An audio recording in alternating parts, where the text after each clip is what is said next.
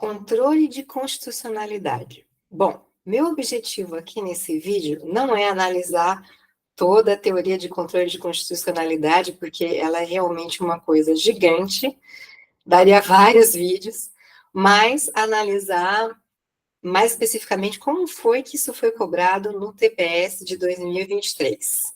Então, eu vou aqui compartilhar um slidezinho e vamos lá. O primeiro item perguntava assim: o controle de constitucionalidade pode ser exercido em relação a normas emanadas dos 3 níveis de poder de qualquer hierarquia, inclusive as anteriores à Constituição Federal. E sim, esse item está certinho, tá? Vamos lá, vamos ver passo a passo. Controle incidental de constitucionalidade. Bom, você deve se lembrar das suas aulas de direito constitucional que a forma de controle de constitucionalidade no Brasil, ela compreende 2 formas, né? Tem o caso concentrado e o caso difuso. O caso concentrado, que a gente vai ver alguns itens cobrando aqui nessa mesma questão, são os casos em que o STF é quem realiza o controle de constitucionalidade por meio daqueles instrumentos que você já deve estar cansado de estudar. ADI, ADC, ADPF, por aí vai, né? É o controle exercido sobre uma lei sem que necessariamente ela tenha sido aplicada, né? O STF tem essa possibilidade, pode ser provocado por todos aqueles intitulados, né? PGR, OAB, enfim. Não vou entrar nisso aqui agora, mas ele pode ser provocado, analisar uma lei e exercer o controle de constitucionalidade, isso é, verificar se aquela lei é compatível com a Constituição Federal, que é, afinal de contas, a nossa norma maior, é a nossa lei maior. Nada, nenhuma lei, nenhum ato administrativo, não importa a hierarquia, pode ser editado contrariando a Constituição. Bom, esse é o caso concentrado, mas não é disso que essa questão está falando, ela está falando do caso difuso, que também é admitido como controle no Brasil. O que é o caso difuso? O caso difuso é aquele em que há um caso concreto em que se detecta a inconstitucionalidade de uma lei, da maneira como ela está sendo aplicada. Então, este caso, no caso difuso, né, sim, existe um controle incidental. O que é esse incidental? Incidental é que está havendo um caso concreto, vamos supor uma desapropriação de determinadas terras, de uma comunidade X, em um determinado lugar do Brasil. Um caso concreto em que se verifica que a lei sobre a qual o juiz está se apoiando, ela é inconstitucional, tá? Então, neste caso concreto, incidental, sim, pode ser exercido o controle de constitucionalidade. Vamos continuar lendo a questão. Ó. Pode ser exercido em relação a normas emanadas dos 3 níveis de poder? Federal, estadual, municipal? Sim. O caso concreto, o caso incidental, perdão, difuso, pode ser aplicado aos 3 níveis de qualquer hierarquia. Esse é o sentido do controle difuso. Não precisa ser um tribunal supremo, né? Não precisa ser o STF, pode ser um juiz federal, pode ser a segunda vara criminal, não sei da onde, pode ser um tribunal regional, não importa. A inconstitucionalidade, no caso concreto, difuso, pode ser analisada por qualquer nível hierárquico do poder judiciário. E sim, leis anteriores à Constituição Federal também podem ser julgadas no caso difuso. Vamos supor, então, que essa lei que foi utilizada nesse caso de desapropriação que eu tinha mencionado anteriormente, como um exemplo, é uma lei de 1975, então ela foi editada sob a Constituição de 67. Uma lei anterior, portanto, à lei de 88. Sim, no caso difuso, essa lei pode ser impugnada, levando-se em consideração o princípio de controle de constitucionalidade, no caso difuso, tá? Ele serve, sim, para impugnar leis anteriores que não sejam compatíveis com a Constituição de 88. Vamos para frente. Item 2. A Constituição Federal prevê a possibilidade de controle concentrado pelo Tribunal de Justiça dos Estados, por via principal, no plano estadual, e tendo como paradigma a Constituição do Estado, na representação de inconstitucionalidade de leis ou de atos normativos estaduais ou municipais. Essa questão aqui também está corretinha, tá? Ela está baseada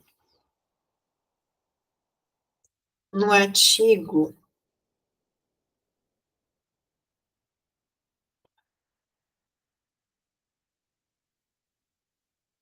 125, parágrafo 2 da Constituição Federal. Cabe aos Estados a instituição de representação de inconstitucionalidade de leis ou atos normativos estaduais ou municipais em face da Constituição Estadual, vedada a atribuição da legitimação para agir a um único órgão. O que é que esse parágrafo está falando? Ele está falando que é possível que os estados, ou melhor dizendo, a Constituição dos estados funcione de maneira análoga à Constituição Federal. Nós sabemos que no Brasil, cada estado tem a sua própria Constituição. Olha, o TJ desse estado pode agir em relação às normas do estado e dos municípios deste estado de maneira análoga ao que o STF faz no controle de constitucionalidade no plano da União. Ele pode, sim, exercer um controle concentrado sobre as normas que são editadas dentro dessa sua jurisdição, dentro dessa jurisdição estadual. O termo aqui, por via principal, não é tão usado na literatura, mas ele é justamente referente a esse controle de constitucionalidade. Então, sim, nós estamos numa federação, então, os estados, eles têm regulamentos, eles têm autonomia, e sim, é permitido que eles julguem normas estaduais e municipais, fazendo valer o poder concentrado, né? É o controle concentrado sobre as normas que são editadas. Terceiro item. A arguição de descumprimento de preceito fundamental, em sua modalidade autônoma, tem previsão no artigo 1º caput da Lei 9.882, de 1999, e deve ser proposta ao Supremo Tribunal Federal com o objetivo de evitar ou reparar lesão a preceito fundamental resultante de ato do poder público. Essa questão aqui também está corretinha, tá? Arguição de descumprimento de preceito fundamental, ADPF. Lembra? É uma das últimas, né, que a gente estuda quando está estudando esses instrumentos, né? E olha só, a sua prova vai pegar justamente aquelas que você deixa por último. Para que ela serve? Ela serve para o controle de constitucionalidade subsidiário. Aquilo que não foi objeto de uma ADI, de uma ADC. Aliás, é bom você fazer uma revisão de tudo isso, né? Eu estou colocando aqui nos comentários um pequeno resumo desses instrumentos que são usados pelo STF. Então, a arguição de descumprimento fundamental, descumprimento de preceito fundamental, ela serve justamente para arguir sobre os principais fundamentos, né, esses fundamentos sensíveis da Constituição, quando eles são feridos por algum ato normativo, por alguma lei, ou mesmo até por um ato administrativo, pode ser usado. em sua modalidade autônoma. Quer dizer, é exatamente essa prerrogativa, né, do poder concentrado. Não precisa você ter um caso acontecendo, não precisa você ter um caso concreto para que a DPF seja utilizada. Em que casos que ela é utilizada principalmente? Bom, a questão de princípios sensíveis da Constituição, quando eles estão sendo feridos, de maneira subsidiária, para leis que tenham sido editadas anteriormente à Constituição Federal.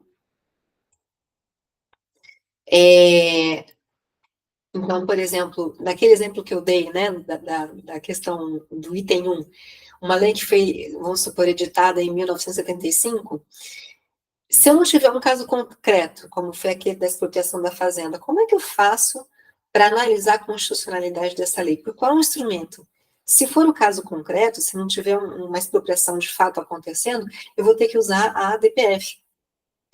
Outra coisa importante, ela é o único instrumento que serve para analisar a constitucionalidade das leis editadas em municípios. Todos os outros, né, ADC, ADI, enfim, todos aqueles lá, eles param, o nível onde eles param é das constituições, das leis estaduais e do Distrito Federal, quando tem caráter de Estado, né? Quando essas leis têm caráter de leis estaduais, tá? Só a DPF pode ser utilizada para análise da constitucionalidade de leis municipais.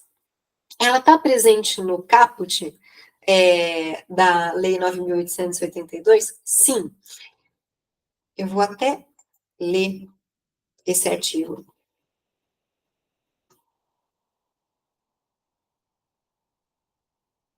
A arguição prevista no artigo 102 da Constituição Federal será proposta perante o Supremo Tribunal Federal e terá por objeto evitar ou reparar lesão a preceito fundamental resultante de ato do poder público. Então, é exatamente o primeiro parágrafo. E do que tratava esse artigo 102 da Constituição? A arguição de descumprimento de preceito fundamental decorrente dessa Constituição será apreciada pelo Supremo Tribunal Federal na norma da lei. Ou seja, antes da lei 9.882 de 99, o que a Constituição determinava para a DPF era muito vago. Então, ele deixava, né, em aberto para que mais tarde uma lei regulasse como é que a DPF vai ser utilizada. E é justamente no primeiro parágrafo desta lei, 9.882, que ela é organizada, sua forma de uso é organizada, né? Então, o que mais que a gente precisa ver nesse item? Com o objetivo de evitar ou reparar a lesão a preceito fundamental resultante de ato do poder público. Acho que é isso aí, tá respondido, tá certo. Finalmente, a questão 4. A ação direta interventiva tem por objeto a obtenção de provimento do STF acerca da violação de princípio constitucional sensível por parte de Estado membro da Federação. E esta questão também está correta. De novo, né, a prova foi pegar justamente aqueles casos especiais, né, aqueles instrumentos especiais de controle de constitucionalidade, né. Não caiu a DIN, caiu a ação direta interventiva. Bom, o que é essa ação direta interventiva? Ela é, de fato, uma intervenção, tá? É uma intervenção federal em algum estado. Ela está prevista no artigo 34 inciso 7 da Constituição Federal, e fala todos os casos ali em que pode haver esse tipo de intervenção. Eu não vou ler todas aqui, é um pouquinho longo, mas eu posso deixar na descrição. E uma coisa que é importante lembrar é que não é qualquer tipo de intervenção. É uma intervenção constitucional. Nós estamos falando de uma intervenção no âmbito do controle constitucional. Então, eu não estou falando do caso em que está havendo uma situação de grande violência, de criminalidade num estado, e de repente o governo resolve mandar o exército para ajudar a polícia militar do estado. Não, é uma intervenção no plano legislativo do estado, tá? Então, como é que essa intervenção ela acontece? A lei interventiva, primeiro ela é proposta pelo PGE, tá? Para o STF, com o objetivo de verificar se houve um descumprimento. Então, o Estado editou uma determinada norma, pode ser administrativa, pode ser legislativa, o PGR vai lá e fala assim, eu estou desconfiando que essa norma não bate com a Constituição Federal. O STF vai analisar o caso. Se o STF entender que houve descumprimento de algum preceito sensível da Constituição, através da edição dessa norma, primeiro ele pode tentar resolver administrativamente. Reedita essa norma, troca o gabinete, sei lá, faz alguma coisa no plano administrativo, responsabiliza, tenta reparar possíveis danos. Não funcionou. A norma continua vigente. E o princípio sensível da Constituição continua sendo desrespeitado. O presidente da República pode suspender a norma. Não tem efeito a partir daqui mais. O Estado não pode mais aplicar essa norma.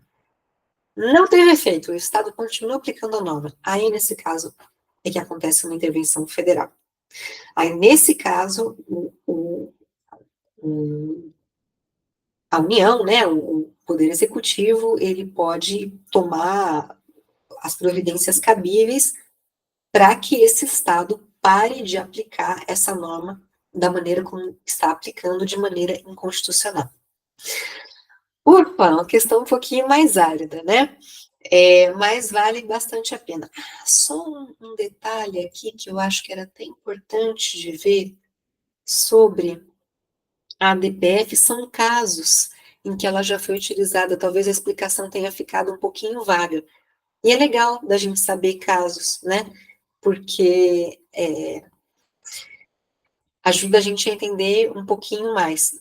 Omissões, por exemplo, né, de qualquer nível hierárquico que estejam comprometendo, né, a vida dos cidadãos e ferindo algum princípio sensível na Constituição, pode ser um caso de utilização da DPF. Já foi usada, por exemplo, para impugnar situação degradante de penitenciária no Brasil, e aí ela pode ser estadual, ela pode ser municipal. Impugnar um conjunto, alguns decisões judiciais que, por exemplo, permitam um bloqueio, sequestro de recursos daquele ente federativo, por exemplo, para pagar a aposentadoria de funcionários públicos, satisfazer esse tipo de crédito, né? Então, assim, se isso acontece num estado, num município, uma DPF pode ser usada. Bom, é isso. Espero que esse vídeo tenha ajudado no estudo de vocês. Como sempre, bons estudos. Deem uma olhadinha aqui nos comentários, né, do vídeo para ver qualquer informação que for relevante, como essa que eu indiquei que deixaria. E é isso aí. Bons estudos a todos.